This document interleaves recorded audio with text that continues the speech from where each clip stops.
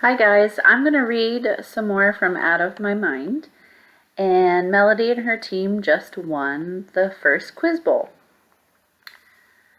In the midst of all the commotion, Mr. Dimming seemed to get an inspiration. "Let's go out to dinner to celebrate," he announced, as the last of the studio lights were turned off. "Great idea," Connor said immediately. "I'm starving," said Amanda. "Even though I wasn't on camera, I've been nervous to eat all day." "Me too," Elena added. "How about linguinis?" Connor suggested. "They've got an all-you-can-eat spaghetti. Leave it to Connor to know all the best places to eat." "I might go out of business after you show up, Connor," Mr. Dimming said with a laugh. "Don't go embarrassing me now." "Don't worry, Mr. D. My max is about 12 bowls of spaghetti." "Linguini's is perfect," Rose's dad said. "It's walking distance, just around the corner from the studio. These kids deserve a special night out." I looked at Mom. I wasn't sure if this was a good idea. And then Elena walked over to me and said, "You'll come too, won't you, Melody?" "Yeah, Melody," Rose added. "Come with us. You did really great tonight."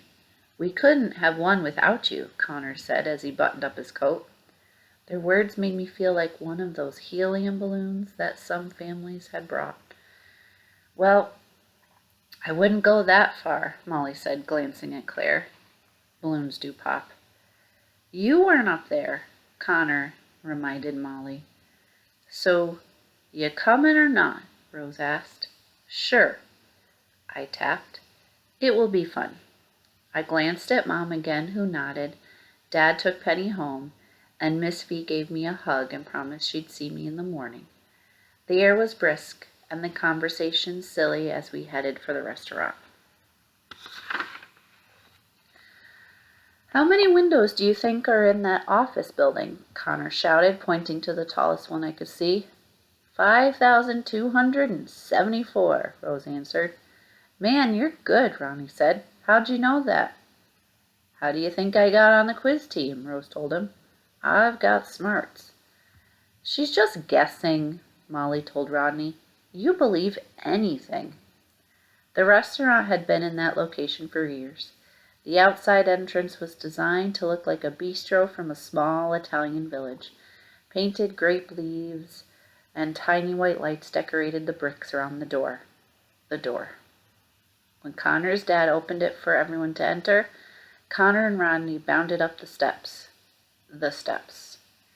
5 stone steps led upstairs to the dining area. Everyone, including Mr. Dimming, rushed past me and Mom. Finally, Connor's dad, the last to go up, looked at me, looked at the stairs, and the light bulb came on. Do you need help?" he asked. He was large, like his son. I bet he could swallow a few bowls of pasta as well. Mom replied, "Would you be so kind as to ask an employee where their wheelchair ramp is located?" As if glad to have something to do, Mr. Bates dashed up the steps.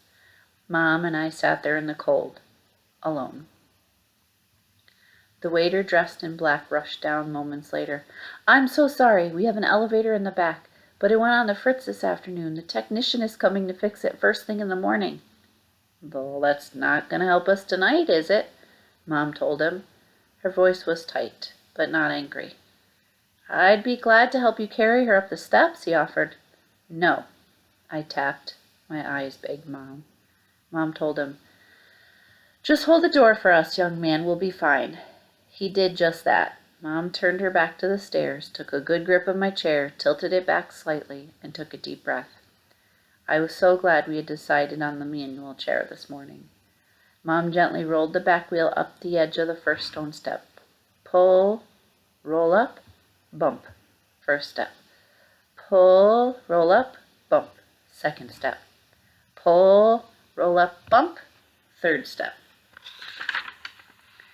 She paused and took another breath.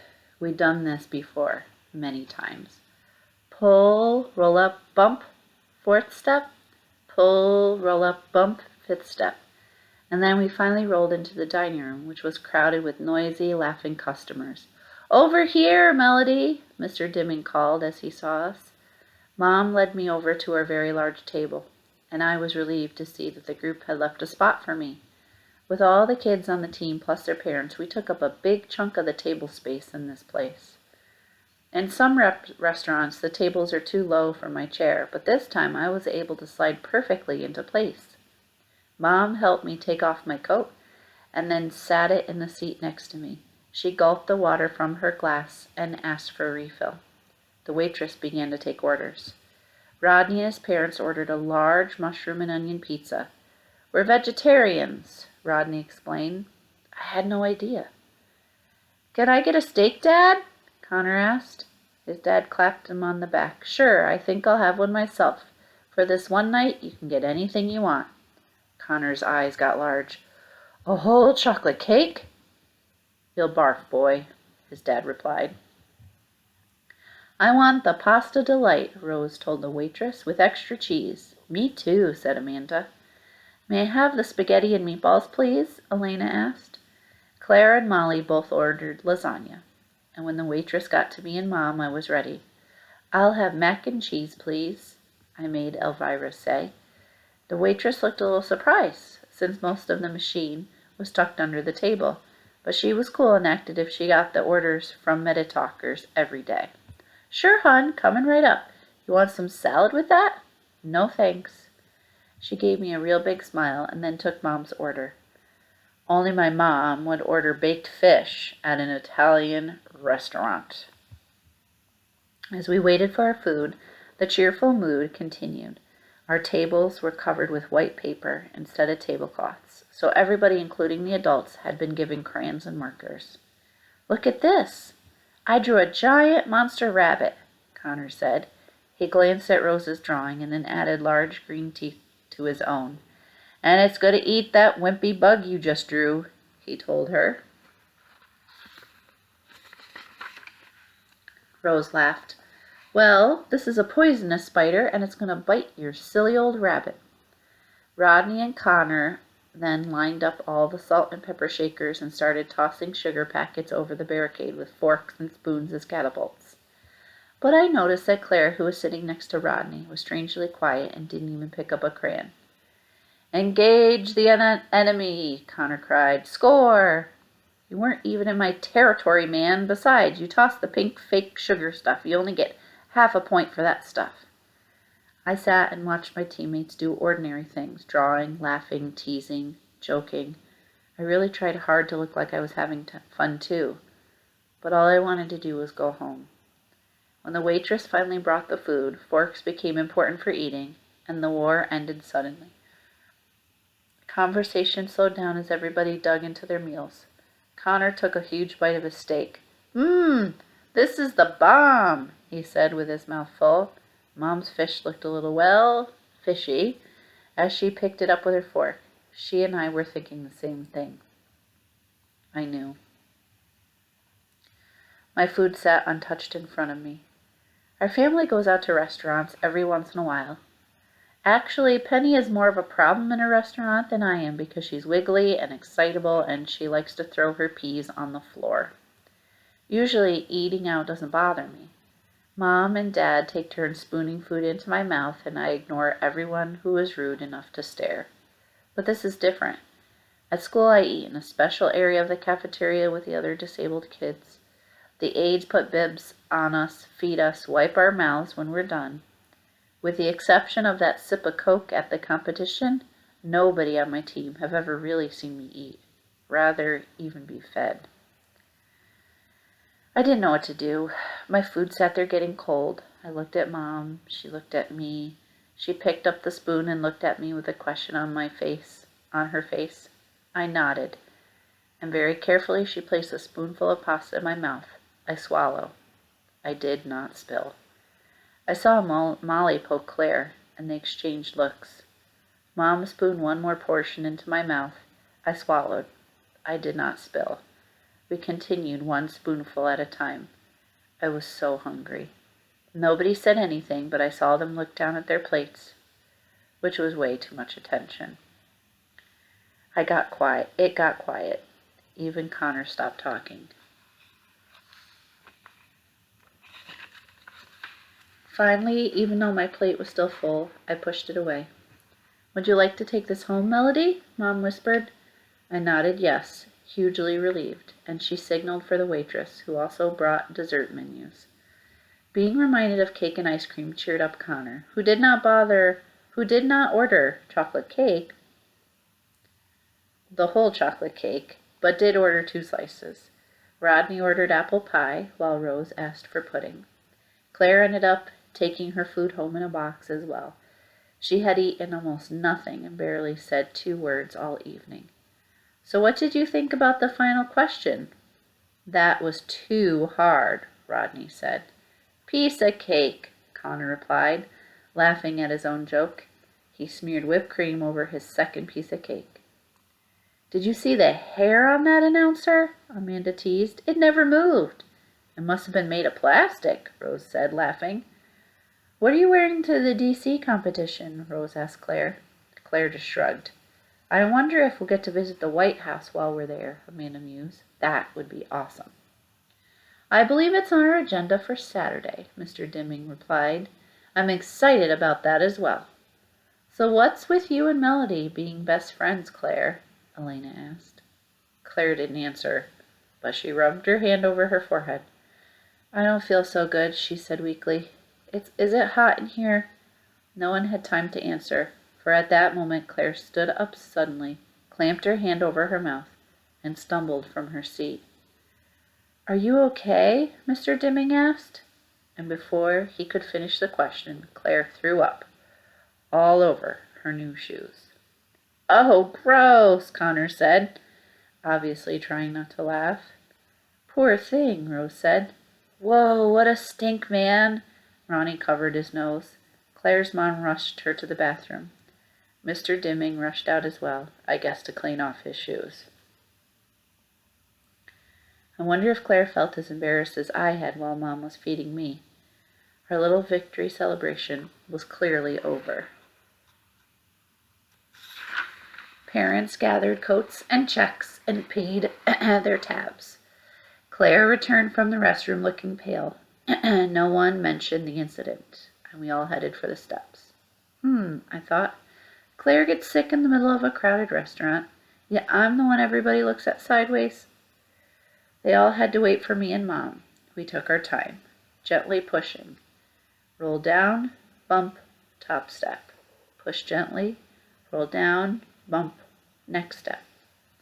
Push gently, roll down, bump, third step. 5 bumps down to the bottom of the steps, and I was still so hungry. The next morning, Mom bounds into my room holding a newspaper. Good morning, my rock star, she greets me. Guess what? Rock star? She's tripping. I turn to look at her. My face says, what? You're famous. Huh? She gets me out of bed, straps me into my chair, unplugs the Medi-Talker from the charger, and hooks me up. Then she places the morning paper on top of it. There I sat plastered on the front page of the newspaper in color. Wow, I type. The article is all about the team winning the competition, but yours is the only picture they used. Interesting. Why me? Mom smiles quickly.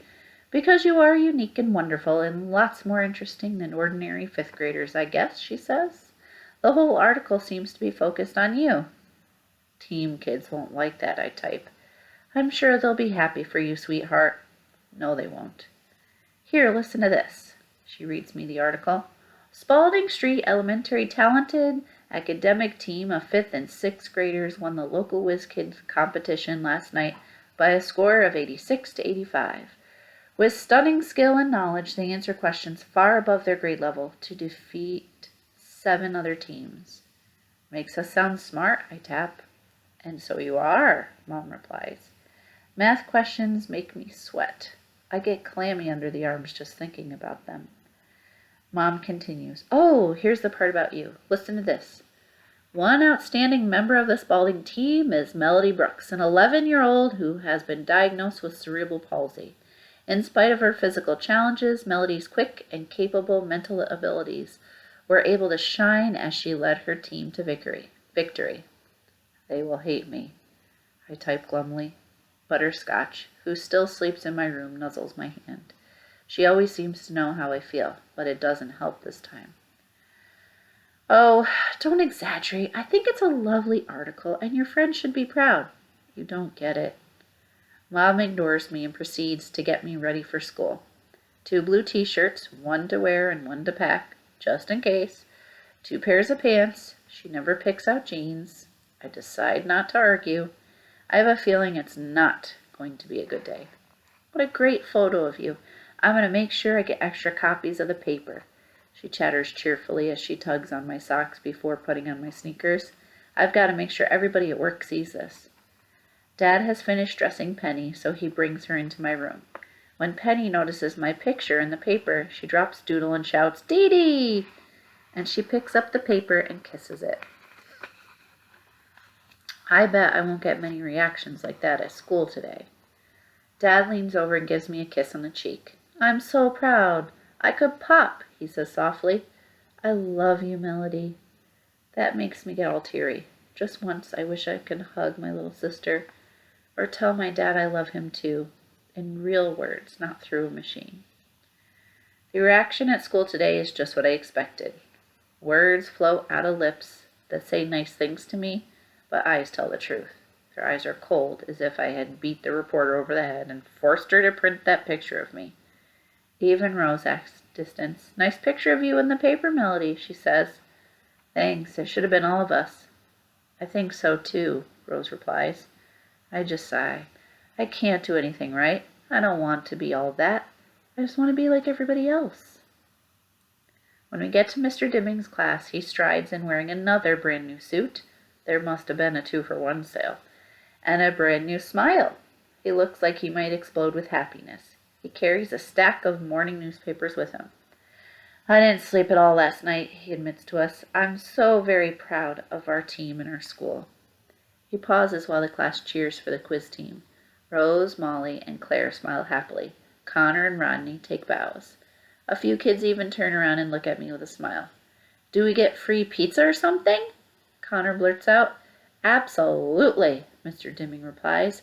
The principal has declared that next Friday is quiz team day, and the entire school is being treated to free pizza and soda. More cheers from the class. Connor looks really pleased. Mr. Dimming continues. And I want to give a special shout out to Melody, who really helped us secure our victory. Let's give her a special round of applause. He begins the clapping and the class joins in, but it seems more polite than sincere. I guess I'm not as cool as free pizza. Who saw the 11 o'clock news last night? Mr. D asked, still beaming. About half the kids raised their hand. I had missed it. I had fallen asleep exhausted after we got home. I taped it and TiVoed it and put it on MySpace, he tells us excitedly. But now we must get back to regular class activities. He sounds disappointed. But how do we get ready for Washington? Rose asks, obviously not ready to let him do that. Teachers are easily distracted. I knew he'd bite on that one. Mr. Dimming smiles again and takes a deep breath. We have only 2 weeks to get ready, Rose. I've prepared a packet for each of my team champs, he says as he passes out the paperwork. Take this home and bring it back tomorrow without fail. In it, I've included information about how to redeem the free plane tickets and info about our hotel and schedule for the days we are in D.C. It also gives details about our practice schedule, which begins today. We will meet every day after school and half a day on Saturday. Saturday? Connor asks, disbelief in his voice. I'm worried about that too. A whole half day? If Catherine can't come, how am I going to get to the bathroom or eat? I'll bring bagels for breakfast, fruit for snacks, and we'll order in burgers for lunch, Mr. Dimming tells him. Sounds sort of healthy, Connor responds with a grin, but I'll be there. You skip a practice and you get bounced to the alternates, Connor. I'm in this to win. Rodney. Why don't you take a couple days off, my man? Rodney says to Connor. I'd be glad to take your place. Slide you right in, out in a blink. He sounded serious. No way, man. I'll show, Connor says hurriedly. Molly raises her hand. Mr. Dimming, do the alternates go to Washington also? Absolutely. So should I buy a new dress just in case I get to be on the team? That's up to you, Molly, the teacher replies. Claire raises her hand. Mr. D, I think I know what Molly's getting at. Since there are 6 people on the DC team instead of 4, which of the alternates will you choose? We'll use a point system, he replies. The students with the 6 highest scores from our preliminary round will make the final TV team. Sound fair? Claire looks satisfied at that, and she and Molly high-five each other. Mr. Dimming finally gets back to regular classwork, the study of Spain and Portugal, and I do my best to do nothing to call attention to myself. No weird noises or kicks or grunts for the rest of the class. No answers to questions I know. I just sit in the back of the room with Catherine and hope the morning will pass quickly. I spend the afternoon in room H5, where we watch Tom and Jerry cartoons for 3 hours. Can you believe it? After school, Catherine feeds me a pudding cup and some juice just before it's time to go to Mr. Dimming's room for our first practice. She frowns as I finish my last sip of juice. What's bugging you, Melody? She asks. You should be on top of the world, but you're acting like somebody just pooped on you. They don't want me on the team, I type. That's ridiculous. You were the star last night. That's the problem. Without you, they wouldn't have won. They're scared of me, I try to explain. They think I look funny. You never let that bother you before, she counters. It's hard to put my feelings into words that will come out right on my talker. I know the other kids are uncomfortable with me on the team. There's no other way to put it. My presence was cute at first, maybe okay for a local competition, but for the big game and national television, that's different. I'll make them stand out, and not in a good way. I start typing again. I make them look... I hesitate and type in. Weird. You're the smartest person on the team, Catherine exclaims. I drool. So pack a box of tissues. I make funny noises, and Connor farts sometimes. I had to smile at that. No more of this feeling sorry for yourself, young lady. Let's get down to Mr. D's room and kick some butt.